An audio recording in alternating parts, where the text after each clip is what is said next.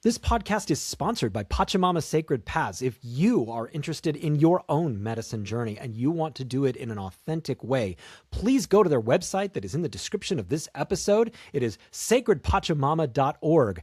They are an absolutely incredible outfit that I have benefited from in my own life. The Mindful Mutiny Podcast is also sponsored by Exponential Intelligence. Unlock rapid transformation, peak performance, and your natural intelligence through powerful frequencies and coaching that will shift your mind, body, and spirit. If you're ready to break free, expand your consciousness, and join a community that's all about radical growth and real hope, hit the subscribe button and turn on notifications, and we will mutiny together. And finally, go to jeremyvanwert.com to learn more about me, my therapy, my coaching, and all the things that I can offer you. Welcome to the revolution. Let's rise.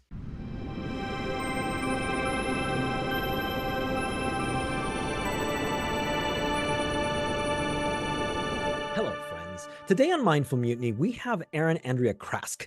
Now, she is a specialist in coaching individuals who are leading small and medium businesses on how to merge the concept of long-term profit with strong identity and branding.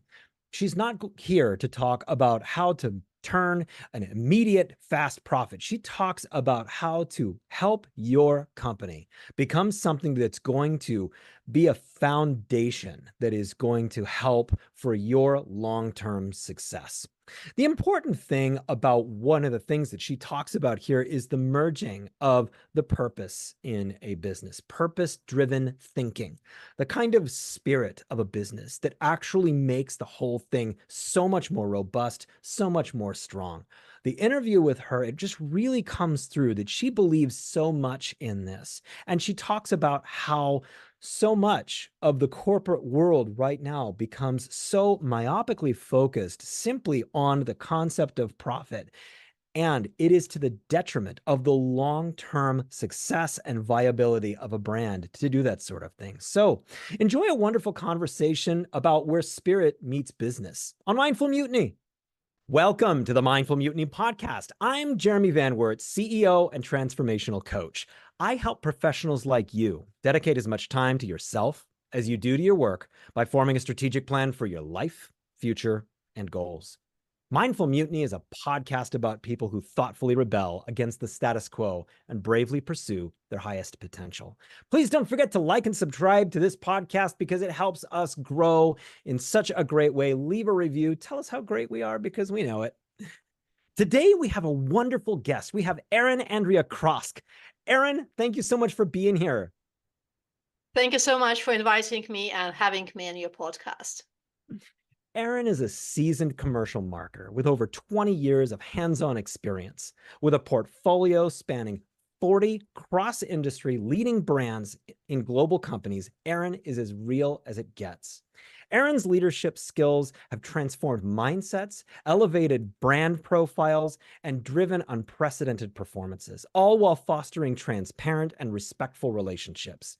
With a dedication to ethical practices and a customer-centric approach, Erin has achieved international business awards and authored a practical guide called From Purpose to Profit. Join us as we delve into Erin's journey in building a self-selling brand that achieves business longevity. So, Erin, tell us a little bit about what you do. I will do just before. Is it possible to have this introduction shared with me because it's so much better than the one that I wrote? I enjoyed it so much, Sure, absolutely. I'll send it to you. Okay.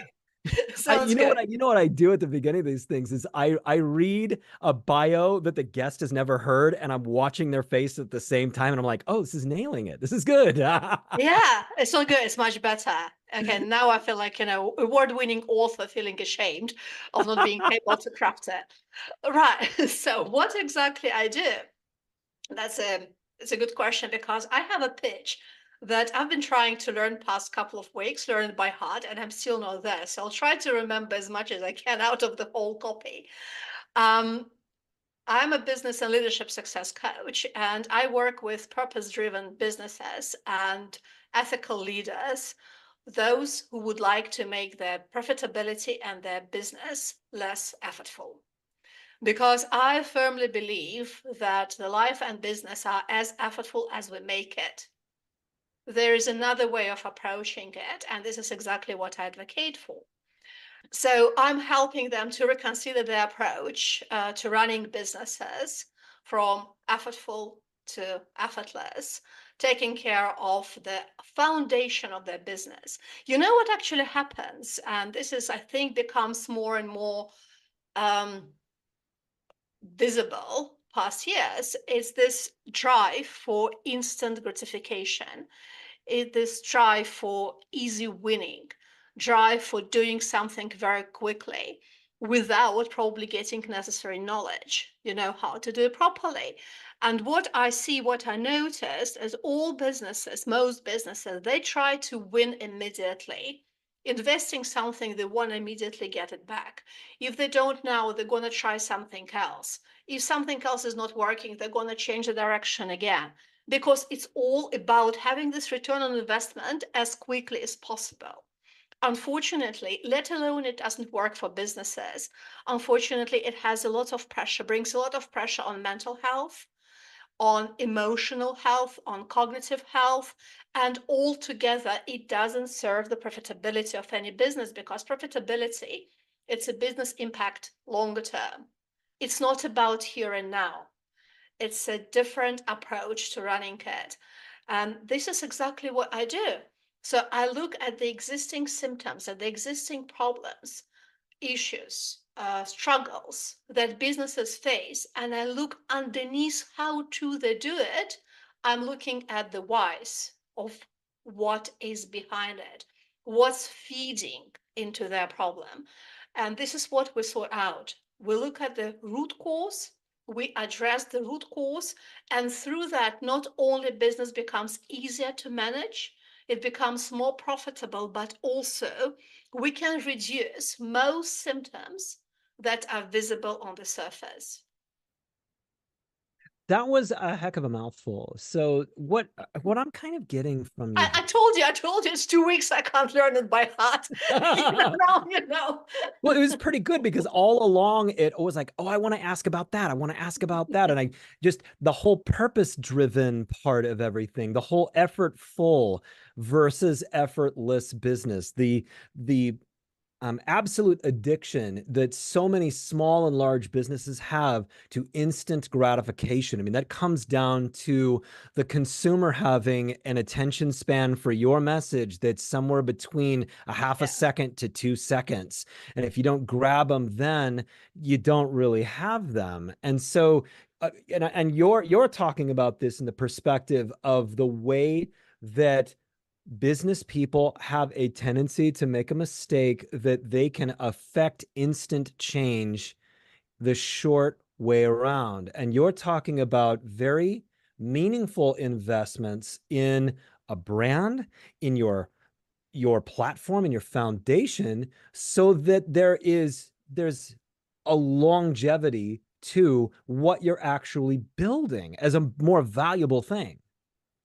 Yeah, I do have the theory. This is my theory, but so far it has been proven to be correct one, that as a foundation for business, underneath most of our struggles lie strategy. And yes, strategy is not popular. And yes, people don't believe it's necessary. And yes, people very often confuse strategy with tactics, but they're different things. Strategy is your path to a destination. It allows you to create a clear roadmap into the future. It allows you to plan resources correctly. When you look about growth or new market development, it comes from strategy. It's not coming from just because you wish something is going to be different in your business. So strategy commands everything, all your tactics and all your objectives. And this is why it's vitally important.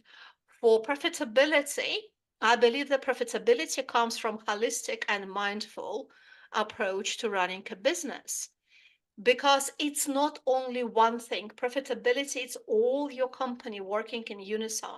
Every stream They are contributing to the profitability of your business. But at the same time, there's a very big difference between how we approach it. So let alone we always focus on one thing, as usually it's revenue and sales. That is it. But they don't drive business. Sales not coming from money is not coming from sales. They're coming from somebody else buying your services. And to make somebody else buy your services, this is strategy. Sales are tactical. So that's one thing. And also in terms of the mindfulness, when often in our culture we have this amazing fascinations with goals. Here is the goal, so let's just give all in and go and achieve it. And it seems like we accept that striving is the part of business profile. We have to strive to get there, to achieve it. And it is possible, I believe it may work for some people, but the problem with that is that it impacts our mental health, because all the stress and additional insecurities, and we already have plenty from our conditioning, they all come from not achieving, not being good as you expect to be, not getting to the goal as fast as you would like to. So all that just creates additional pressure. And there's nothing wrong with progressing. What's wrong the way we choose to progress toward this destination? And the third foundational pillar for me is leadership. And within leadership, we people make mistakes, and it's absolutely fine. Life is full of mistakes. And we try to correct them again on the surface level through different trainings, additional kind of information we're getting. In reality, underneath all these trainings, we have self concept, how we see ourselves in this world, how we see ourselves as a leader. What did we create for ourselves as a benchmark to be a leader? You know, do we measure ourselves against this benchmark? Where this benchmark is coming from to start with? So if we address our own self-perception, we won't need trainings. When we're comfortable with who we are and accept ourselves because we are good people, we just don't know about it, then it's going to get easier for us to accept our teams and to let them have this safety, trust, and security that will actually reflect in their motivation, engagement, and desire to work for you and your company. Are you seeing a lot more people entering the entrepreneurial space right now? No, I wouldn't say so. Okay. I'm wondering if a lot of the things that you're talking about, I see a lot of smaller businesses really struggling to think of things in the way that you are talking about it, because you're talking about things in an incredibly values-based way. You're talking about it in terms of strategy, long-term Yeah. thinking. And I know that there's a lot of new people that are kind of entering this space and struggling to figure out how to create the whole business where they have been kind of tasked with a job before. They were a W-2 employee. And you're saying you need to think of things holistically in this space. And the strategy is really where you create the um uh the thing that's going to make your brand Yeah. stick. Yeah, it's exactly that. And unfortunately, I guess again, it depends where they get their knowledge from. But first of all, they may be often, pressured by investors who would like to get return as quickly as possible. Or they get their knowledge. It's like one angel investor, he told me, oh, they get knowledge from YouTube. I'm like, wow, that's fantastic. Nothing wrong with YouTube. I also get knowledge from there. But if all the knowledge is at this moment of time is driven by best practices and how to's, this is all that you know how to do because you believe that again that tactics are strategies because everybody tells it. So unfortunately, there is a culture that knowledge isn't necessary to become, a business person. So whatever your idea is good enough.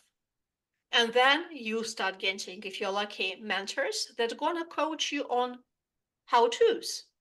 So the whole thing called strategic mindset or strategic thinking, the whole thing is redundant. And Mhm. together with that, brands are redundant because brands, that's what brings you money, not products, the brands. But again, brands are long-term thinking, it's long-term strategy because it's about KPIs, about metrics that you're going to be measuring on a regular basis that accumulate into something that leads to your profitability. But that is just too much long term, right? So it's much easier to put additional pressure on sales, look again at conversions, bring another innovation. Oh my God, there's craziness around innovations. It's nonstop. They're not going to save your business, but it's going to drain your resources big time if your innovation isn't strategic. And yeah, so it's the whole mindset that is not working, but it can be easier and it can be more profitable. It's just a matter of opening up to different opportunities and believe that what you know doesn't necessarily mean it's 100% truth. That's you. It sounds like you keep trying to open up the focus on everything, whereas the companies tend to have a tendency to focus way down on sales, like those metrics being but those metrics are just the short term. And you're talking about sustainable branding, trust building, the foundation of what it is, that why do I care about this brand? Why is it important? And do you tend to work with smaller companies or larger ones? Small and medium-sized companies. Yeah, yeah. And how long have you been doing it? It's been quite some Around three time. years, yeah. Yeah, yeah.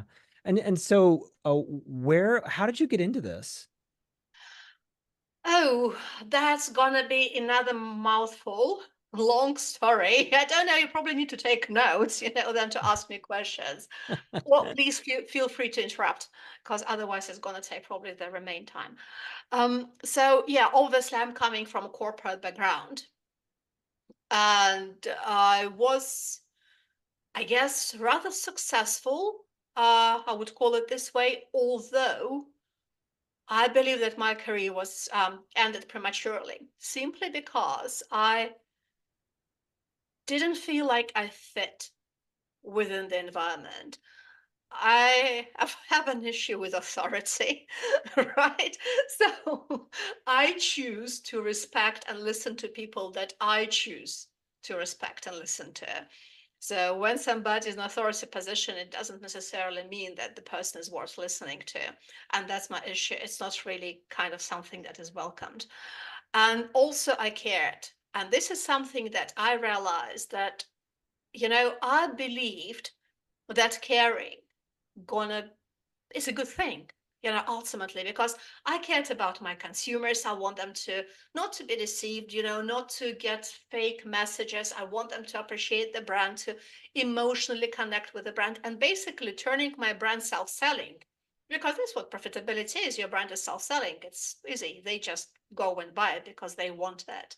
I cared about my teams, although I got trained as a transformational coach, and it's more like, organization and corporate driven rather than humanistic coach that is more about people. I was trying to shift, but I didn't get enough training, I guess. So I was doing as much as I could have done better, I would presume that. And also I cared about profitability and the business itself. So it was my consumers, my team, my brands, all that. I wanted to be better, but I realized that it's not that it's valued. So first of all, what's mostly valued if you follow what you're supposed to do. You follow what they tell you what to do. And then even if you make mistakes, it's going to be okay. But if you do something different, it may not be appreciated if it goes against, kind of the recommended approach. That was one thing. And another thing, that obviously shareholders took precedent over consumers. That is just absolutely, those are guys you need to please. So altogether, it didn't make me feel very, I guess, fulfilled. That's a good word. And I decided to quit it and to do something else. And it just happened that coincidentally, it was exactly what I meant to go through. It was like a deep personal transformation that took me a good few years, seriously. And when I emerged, I was already writing my strategy guide. And when I emerged, I really didn't know what I would be doing, because I kind of didn't quite know what I am any longer. And I didn't know what I would be doing. So I felt a bit misplaced in this world, unless one day I got a download that you're going to be a coach. And I felt like home. I felt so happy about it. I started calling everybody, no, I finally know what I'm going to do with my life. And I was surprised that it felt so good. Because, well, from one thing, I love psychology, and I always love psychology, because I believe that strategy, or at least brand strategy, is psychology first and foremost. And then you have business skills coming after. But why I was surprised, because I experienced two coaches very well, good few years ago. One was okay, but he was organizational, was like team leadership altogether, forming, storming, all the things. And the second one, oh my God, she was horrible, because she didn't care about me at all. And it was a waste of my time. And still that I thought that, okay, all coaches are redundant, never are Mm, going to do anything like that. But right. I wanted to become a clinical psychologist, but it was already too late. Education just takes long time, and it's very expensive. And so kind of, yeah. So psychology is something that I really enjoyed. And when I got this download, I'm like, this sound just feels so good. And I started learning and studying like there's no tomorrow. I didn't know anything about the profession, and more was learning about it. More I had to shed certain misunderstanding, because in the beginning I was like, oh, how can I not say that I help people? Now I understand why I don't help people, because I believe that people are powerful. They are potent. They don't need help. They have all they need within themselves. My job is to uncover it, so they can enjoy their own power. Or it's like how coaches don't go back into the past, because, I like therapists, I like psychology.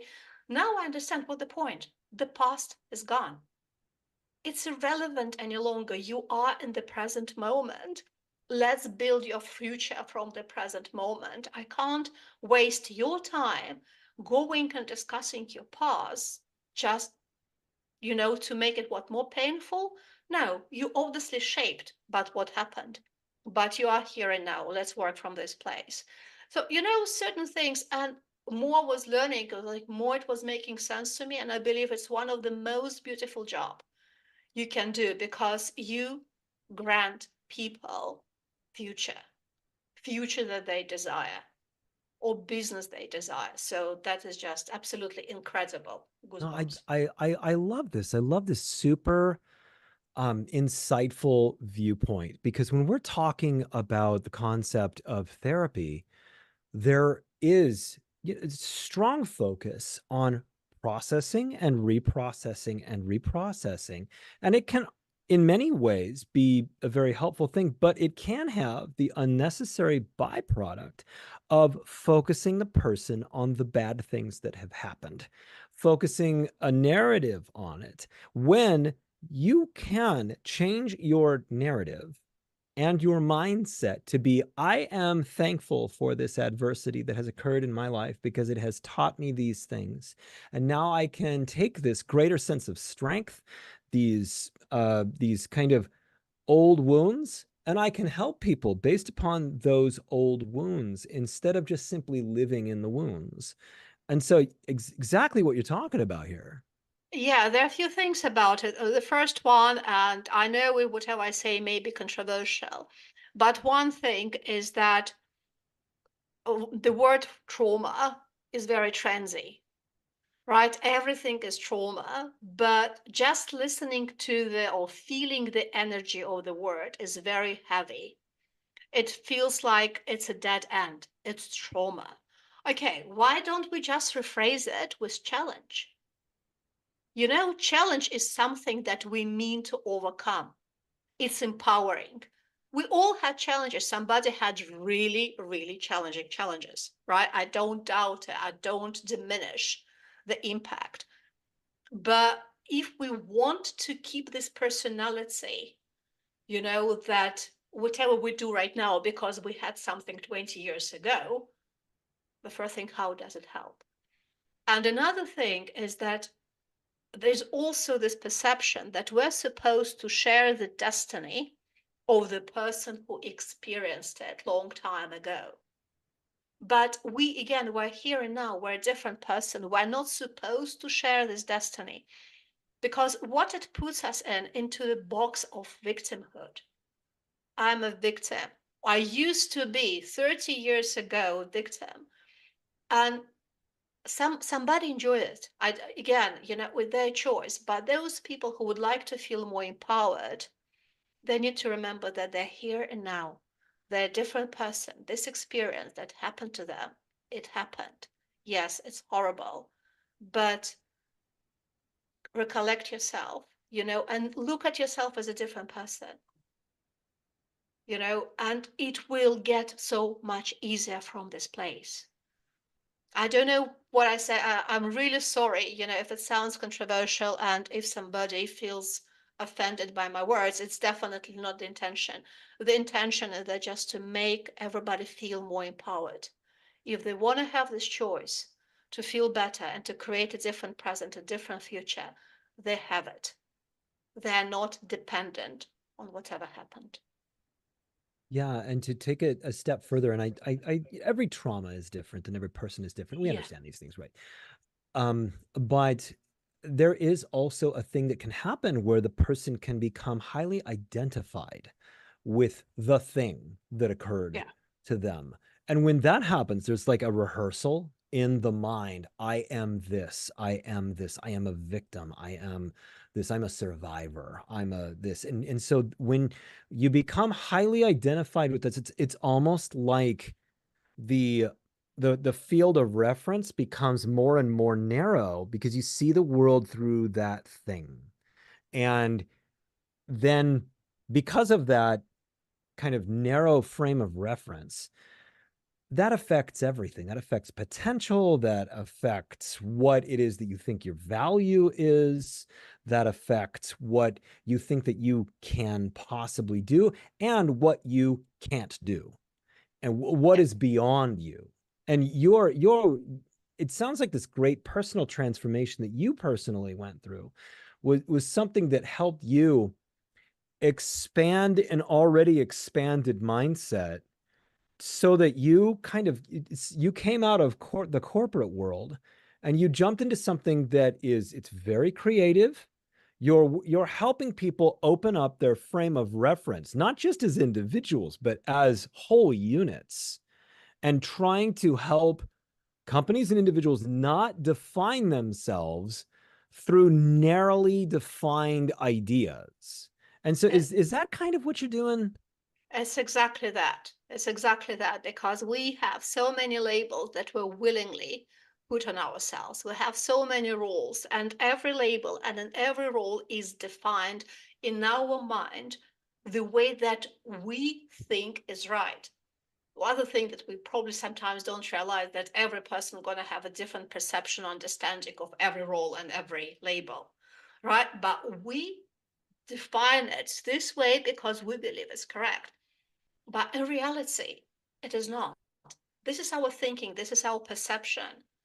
It's not a hard rock stone that we can't move. We can actually, if we consider our thinking, it's elusive, right? It's not stuck on us.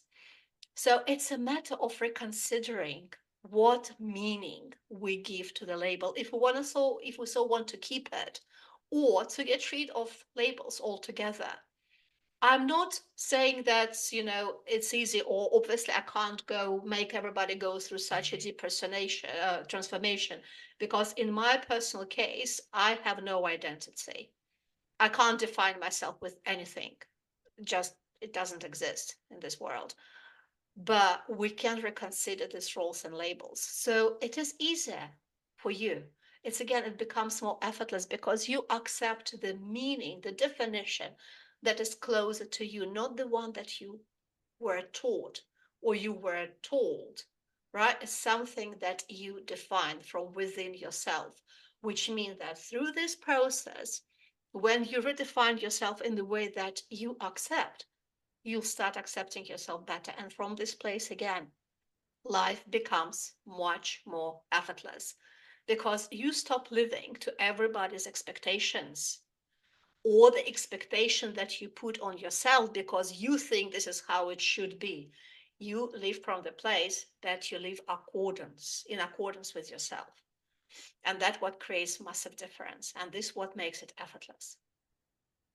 Can you talk a little bit more about the concept of effortlessness? Because you said in at the beginning that you work with people and groups on making the effortful approach to be effortless. And I would imagine that individuals and companies have a tendency to create busy work, to Mhm. create overcomplications for themselves. Is that what you're talking about? I'm talking about mindset and what comes from this mindset. Because it's not only about overcomplicating, it's about also uh, treating people. It's about building relationship. So it's not only about processes as such, it's about making it more complicated from the fact that our perception dictates certain things that we believe we have to be up to. So all this striving to be up to something, that what makes it effortful. Because we strive, like we were striving with goals, like I mentioned earlier. Here we strive to be a good manager, or we strive to have more control, or we strive something else. It's always, living up to whatever expectation that we set up for ourselves or for our business. And again, it doesn't mean that the business has to be unsuccessful. I'm totally against it. I believe that any business and even purpose-driven business must be profitable. But it is about the way how you get to this point.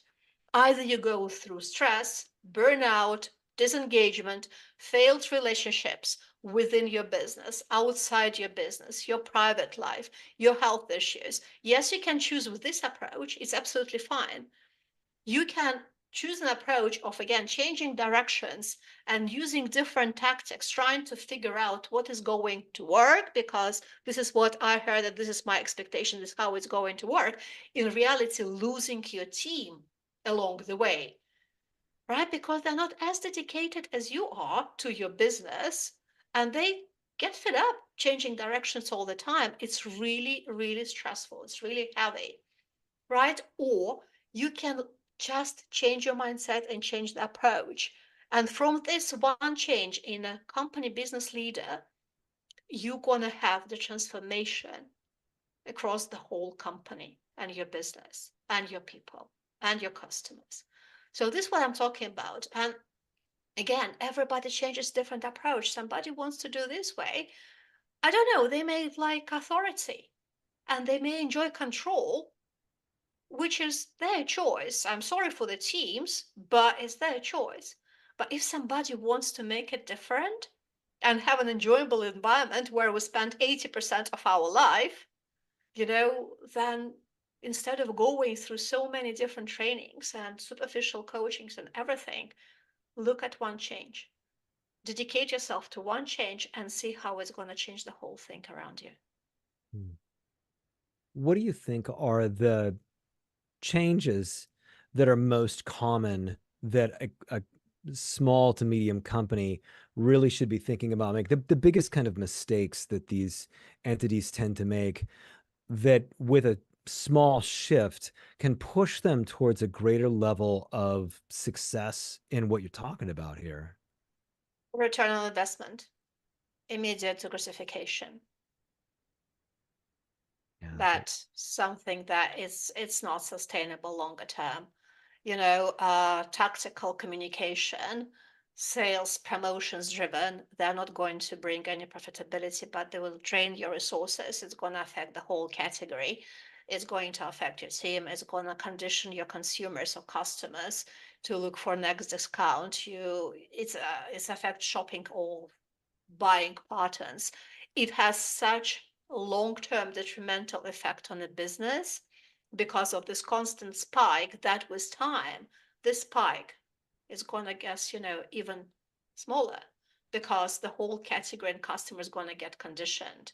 And this, but importantly, these spikes in sales and revenue is going to get smaller, but the resources you spend on carry on pushing something that market gets accustomed to is going to get bigger. So your revenue goes down, your investments and resource investments goes up, and your business fails. Mm, gotcha. And I think like deep in what it is that you're talking about here is the importance of instilling a sense of purpose in the work at all levels of the business, that people believe in what it is that the business stands for. People believe in what the mission of it is. And can you talk a little bit about how important that is in a small, medium, or even large company? The concept of how purpose really affects an entire system. Right, yeah. So purpose, in my view, purpose is strategic. It's your foundation of the business, together with philosophy that actually are your business ethics, together with your value proposition, that exactly. And so those are foundational elements. Purpose is not even discussed. Contribution is your tactical representation of your purpose in your day-to-day operations. And yes, it has massive importance for the business, starting with, again, mental health, because having purposeful and business that contributes actually builds your resilience, because you are doing it not for the sake of something that is not intangible and doesn't even make you happy. You do it because it brings good to somebody else, and that makes you be more resilient and go through challenges, overcome challenges in a more graceful way. So that's one thing. Another thing, it obviously builds motivation and engagement because, again, you know why you do it. And the team that so much, you would like to have an engaged and motivated team. So yes, definitely. If your purpose resonates, especially when we talk about younger generations, it's more likely you're going to get people that would like to share your mission, your business mission, and it's likely that you're going to retain them. So it has another thing that is actually important is your brand, not brand performance, brand perception, but brand reputation. So all the kind of, if you have purpose, your brand reputation and perception by external stakeholders also gonna get better, with additional media opportunities, probably additional investment opportunities. So the whole kind of is really, again, a very holistic effect that you're going to get in having purpose in your business. But there's a little but. The purpose doesn't work if it's not lived by, including the leadership team.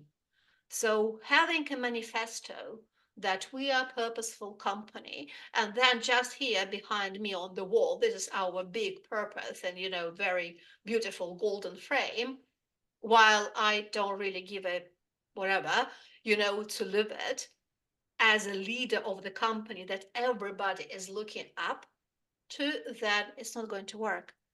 So yes, it's good when it's lived by, by everybody and believed in, including the leadership team and the biggest guy in the company. If the biggest guy doesn't believe in it for his business, but believe that it's something that is important for employees, it's not going to work. I think the biggest example that I can think of with regard to what you're talking about, it keeps like ringing in for me, is these large companies mainly that have a really strong outward facing several initiatives to offset carbon emissions and these issues to help with Mm-hmm. global climate change and these sorts of different Yeah. things, while also demanding that their employees commute to work more than not. And so you have more traffic and everything like that. When Zoom has you and I meeting right now across continents, and we did not have to fly to be face to face. We know that there are many ways to do business without asking your employees to live close to a place and have them drive their cars and boats and planes into work Yeah. every single day. But it is absolutely antithetical to so many of what these companies claim that they actually believe in. When it really comes down to it, they certainly don't, because all these companies, the traffic in the morning to get to these companies, it doesn't add up. It's definitely a hypocritical sort of thing that I see. I know there's other examples of these sorts of Oh, things, but yeah. So companies that promote healthy lifestyle or healthy benefits, or even worse, so gyms that, for example, gonna have cookies, biscuits in their meeting rooms, sugar biscuits.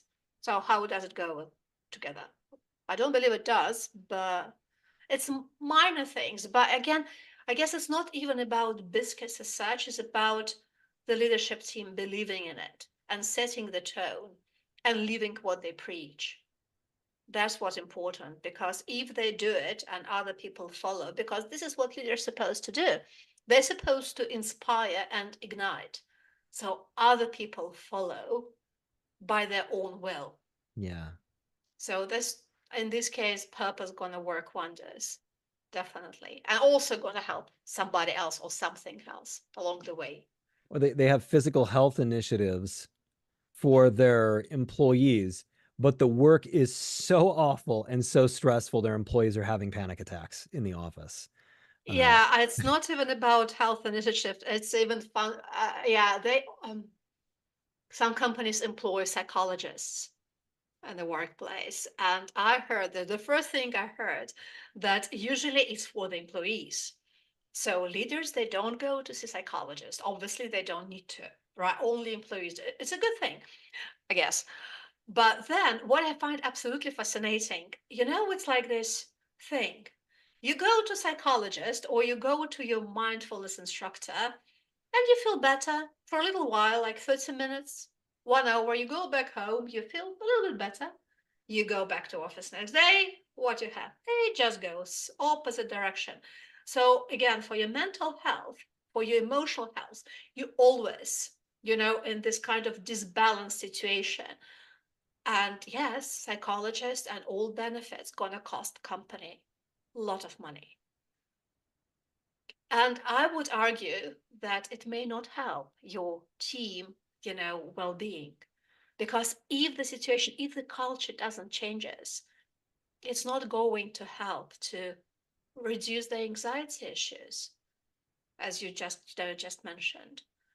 So it has to be, again, has to be holistic approach for everybody in the company and not for just individuals. They are really in challenging situations. I've been to this place, not about anxiety, but about being, middle manager, senior manager, director. I know how challenging it is being here. And yes, gym didn't help. Challenge was still there. so And I'd like actually, to. I was doing martial arts. I was supposed to be like pump up, and get rid of any stress. Yes, yeah, till next morning. I I I, I want to bring the topic of spirituality into this because, look, I'm an MBA, and I've run companies and so forth, and I do know that when you start talking about this sort of thing, a lot of the business-minded people in the room go, "I'm sorry, I don't see the relevance in what we're talking about here. Can we get the woo-woo stuff out of the way and so that we can talk about return on investment and these different things?" But really, there's a huge miss there in how important and critical it is for there to be just a strong sense of spirit. I want to talk a little bit about the importance of spirituality. And I'm an MBA. I've run companies, and I know that when we talk about a sense of spirit, many of the business people in the room go, can we get the woo-woo stuff out of the way so we can actually talk about the Hmm. business? And the I see these two things as linked in a strong purpose-driven system, that we're doing more than just simply the work. We're doing it with a good spirit in our hearts. We're doing it because we believe in that we're actually making a better world out of things. Can you talk about the importance of the link of spirit and business, and what happens when those things are divorced? I believe it's going to be challenging for me to answer this question because everybody has a different meaning. Again, Yeah. if we talk about labels to spirituality. So I have one of my friends, and she firmly believes in our souls, communicating and into past life regression and some other things. So basically, she lives in two parallel worlds, soul worlds and physical world, right? There are some people that believe in all these spiritual entities that are around us. Again, I can't say anything because I saw confirmations that it's possible, right? But it wasn't scientific confirmation. So, I'm kind of a little bit agnostic about all the things. But I believe that usually when people think about spirituality, this is something that is so scary because only weird people see this thing. They talk to these things, right? They can talk to somebody, or talking about medium, for example, right? So it's really depends the meaning you give to it. I prefer to consider spirituality as define it for myself as morality and ethics. So, from this perspective, it is not scary, but it's all about giving and respecting other people. The same famous word of compassion, and we all know from which spiritual system it comes from, but in reality, it's also your morality, right? It's about not harming other people and appreciating the state or emotional state of other people. So if you look from it from this perspective, that I don't believe it's scary at all. It's not woo-woo. It's about appreciating the human nature. And then if we're all a bit back and we look at the business for what it is, and that is actually is quite interesting because the business is run by individuals. They are human beings with their concerns and worries and anxieties and sad moods and insecurities and fears. They are human beings. They are not leaders. They are not founders because that is a label. What's underneath this? Underneath is you as who you are. And then when your business scales, when it progresses, you need help to help you move this business forward. Who do you employ? You employ human beings, right? And you don't employ them because they are entitled to get a salary from you. It's not a buy in situation. You employ them because you need them in the first place. Yes, they may need a job, but you post this position in the first place. So you employ them so they can help you. Those are human beings. When we talk about customers, those people that we push our sales onto, they are human beings with their worries, fears, needs, insecurities, and all the rest. They're exactly like you. So why we call them leads? Why we call them avatars? They are humans. First and foremost, if you appreciate them for who they are, you know what? Let alone it's going to bring your consideration the second stage. in your disposition funnel, right? Because consideration is the image stage that talks to their appeals to their human desires or wants, right? Then if you appreciate the experience, it's going to help you to progress from trial to regular purchase. And if you appreciate their humanity, it's going to bring you loyalty, the one that everybody so much wants to. Okay, loyalty is a challenging one because you have loyal, less loyal. It's really psychologically driven, so you can't apply the whole thing for everybody. But emotional human emotions gonna drive your loyalty, not bribing them with something else. And then we come to the fourth part, and those are your partners, your advertising agencies, your suppliers, your distributors, whoever you define as your partners. Surprise, surprise. They're not there to serve you only, they're also human beings. And you hire these partners because your business needs it at this moment of time. If you didn't need it, you would have been, better off without them. But you do, and you hire them. And then somehow they become servants of your business instead of being appreciated for what they give to you, so your business grows. And I don't know if you call it spirituality. I do call it actually ethical behavior and ethical approach to running a business. So it's hardly woo woo in my world. I don't know. You can challenge me and say that I'm not correct. I'm happy to hear a different perspective, because I'm so much about appreciating human behind business that sometimes it sounds like I'm talking gibberish. People really, like something weird, honestly. Well, what you're explaining really is it's spirit in action. It is it's paying for the coffee of the person behind you. It is paying the toll for the person behind you. It is valuing the other people that exist in the world around you because they matter. It's creating positive culture that is both stable and doesn't just simply look at everything as a means of generating quarterly profits. Those things are obviously very important things. Okay. Absolutely. However, there are also companies out there that that is really the only thing that defines what it is that they do. And they do tend to be quite successful on the finance side, and also just absolute dreadful to work for and to be a part of. And I know that part of your story is working in corporate America and not feeling like you completely fit in at times. Is that was that your experience? Because a lot of times it was mine. Yeah, it definitely was my experience, although it wasn't corporate America, it was rather corporate England or Switzerland.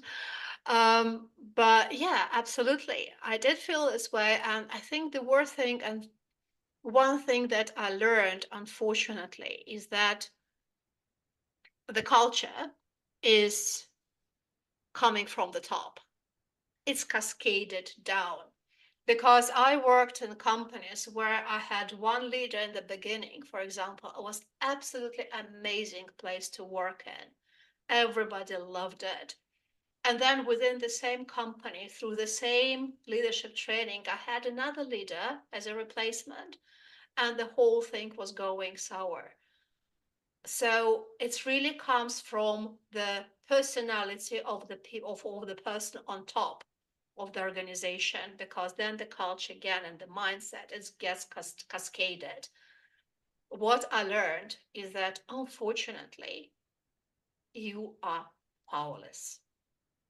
If you want to change something and this change is not welcome, if you want to challenge and you're not supposed to, it's not welcome. And I became a firm believer that if it doesn't work for you, you must leave.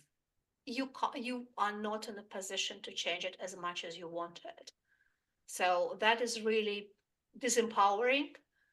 But if you continue persevering through something that doesn't work for you, it will it's not going to be a good thing for you longer term. So unfortunately, we need to have boundaries to realize where, we reach it. So after this boundary, after this next stop, it's either we leave, we quit, or we're going to damage ourselves. But fighting against it, I'm not sure is possible. Again, I would love to hear different examples. In my practice, I haven't seen them. Now, one of the examples that I've seen are the golden handcuffs, where the compensation package is either so secure or so favorable for the employee that you get people that just get in and they stop developing, they metastasize, they become a Mm-hmm. cancer to the unit, and they become, you can have entire departments of people, and you see this a lot in governmental agencies where it's very difficult to move people on. They're looking forward for a pension and everything like that, and you have all these people who ended up in a position, the money isn't bad, and so they just simply stick around for year after year after year, and there's no purpose, there is no evolution of the person, and you can feel it in those systems. When you are there, you can feel the energy. It's absolutely fine. It's their choice. They made their choice, right? And we are not here to change anybody's way of thinking. We're just saying that if it doesn't work, you need to make a choice. You either leave, or if you decide to stay, staying gonna come with consequences. Sometimes it's gonna be just demotivation, or it's gonna be increased uh, insecurities and damaged self-esteem, further damaged because in most cases it's already damaged. Or it can be burnout. It's absolutely fine. We can't, I don't believe we can persuade anybody to do anything. I stopped believing in persuasion after I started coaching, right? But what we can help people to let them know that they always have a choice, and any choice comes with consequences. That's it. But the choice is theirs. What are the things that you see make people really honestly the most successful in their lives and in their careers and in the things that they do? Oh, you know what? That's a very good question because, again, it depends how we define success. It does. And I'm going to go ahead and define it my way, which is that you feel in all aspects of your life that you are happy with the things that are happening. You're happy with your spirit, you're happy with your relationships, you're happy with your finances, you're happy with your place in life, and that you have somewhere to go. I really see that as the holistic definition of success. Right. I think, again, because in my world, also success covers many, many different areas. So it's definitely not only about wealth or status. It is holistic. But I believe that underneath every success, there is effortlessness. I'm still going back, right? It's my message. I have to share it. And effortlessness come through two ways of living, I guess. So the first one is living by your own rules.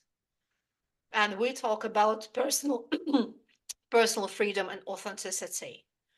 When we accepting ourselves, we are comfortable and we are not influenced by external things or external opinions, then it's the first step or to making your life easy, because it's just a matter of realizing that so many things in our life depends on what we expect other people, how we expect them to perceive us.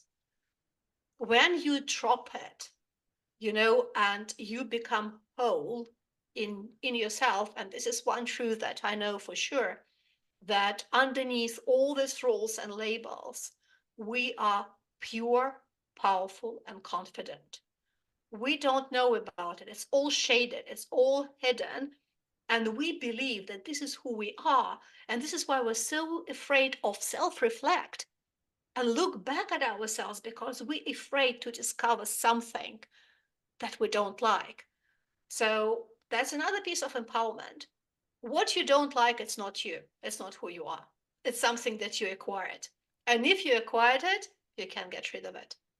So when you come to the state of purity, power, and confidence, that the way you were born with, and you accept it, the whole thing changes. It just changes like you don't realize, but you meet different people. You see things in a different way, and it becomes so much easier. And the second step is empty mind. That is another thing. So once you went through this transformation, you it will be really beneficial if you train your mind to let your thoughts go. Because there is a chain. We all know that first come beliefs, right? Our conditioning. Through that stem our thought. The thought is actually, when it's lonely, when it's the first one, it's not as scary because you can push it away. You can train yourself not to think it or not to react on it. But then thoughts become thinking. And that is not a good place to be in, because we start engaging with our thinking that with time drives our emotions, and then they drive our behavior. So that is like classical approach. So there's nothing new. I'm talking about it. But what is also interesting, when we think about our thoughts, or even worse, thinking, somehow we are conditioned to believe that they are true. And because they're true, it means that we are supposed to act on them. So there is your thought, there's your thinking, emotion, and we are acting. What it means, if you look at it from a different perspective, it means that our thoughts control our lives because we're acting on them. But then if you look at it from a different perspective and realize the thought has no body, you can't shape it, you can't weight it, you can't move it physically. It's something that exists or it doesn't exist. And yet we pursue them as they, again, as a controlling, leading our lives. What if you change this perception and you think that actually you have control over your thinking, over your thoughts? That whatever you think may not be true, especially when it doesn't serve you. Sometimes I have a thought, and it's like, it doesn't make me feel good. Okay, off you go. And it goes. You can switch your attention, you can engage with mindfulness. It doesn't really matter. You can put it on a leaf, you can put it on a cloud. Everybody gonna have different, techniques that work better for them. But the truth is, we are in a position to control what comes to our mind and let go of something that doesn't serve us. So, and that is the second step or part of effortlessness. You are yourself and you don't allow your thinking to disturb your being. That's, yeah. How does it sound? No, it sounds great. It's when you speak, I kind of travel through those thoughts, and I'm thinking about specific things that have happened in my life and my working experience that really speak to the truth of what you're talking about here. I believe that what I'm feeling changes how the world appears. And boy, we can really get in to the perspective of our own thoughts, and we can get into that being so much the reality. And we see so much of this today in our world, and the way that people come to believe a specific vantage point is the way to view world events. Okay. And they become retractable in this, and they become so, their identity becomes concrete around this thing. It limits who they can be friends with. It limits who they can talk to. It limits who they can have Thanksgiving dinner with. Us Americans have Thanksgiving dinner because we're thankful, you see. And it limits so many things. It limits personal success. And so you're simply talking about broaden everything, broaden the way that you that you think of so many things. Stop the limiting beliefs and make that a part of the brand identity for the company culture, for the way that leadership relates to people that are a little further down the food chain, that there is a sense of authenticity that runs in all directions in all of these things, and that authenticity creates the openness in the system to try new things and to strategize for new things. And I honestly wish that more of the world would listen to this. Yeah, me too, because I want people to feel better. I want businesses to feel better. I want employees to feel better. Because good business, profitable business has an opportunity to contribute to change so much, not only from the economical point of view, but even to giving to their employees so they feel better and they're going to bring their well-being back to their families. Right? It's like the whole ecosystem that one company, one leader, one person can drive. Okay, no pressure, but that is possible because we're not talking about something that is challenging to do, that again, that is effortful to do. We are talking about going back to who we are and just discovering this amazing individual within us. Uh, for me, it sounds quite a pleasurable experience, to be honest. Or not having mental chatter. That is another very pleasurable one because I hear a lot of time people complaining. All these worries, all these anxieties, all our fears, all that is our mental chatter that we decide to believe that they're true. That's Right. it. It's all that it is to it. I think that your approach in all of this is actually pretty critical at a time when we are seeing businesses having to realign and having to figure themselves out. And business culture will be business culture. However, I think that what we are going to see specifically from younger generations is that business as usual just does not work for them. What they want is this purpose. They want this thing that you are talking about, and they are not just simply these Gen Z and younger millennials. They're not just simply going to show up and be cogs in a wheel that they don't believe in. And for better or Less for these worse, guys. Yeah, yeah, they need this great finally. sense of their work actually means something. And so the work that you're doing to help companies really focus on that in their branding and in their cultures and everything like that, I think it's going to become more and more valuable as the years go on. So I think you really are onto something here.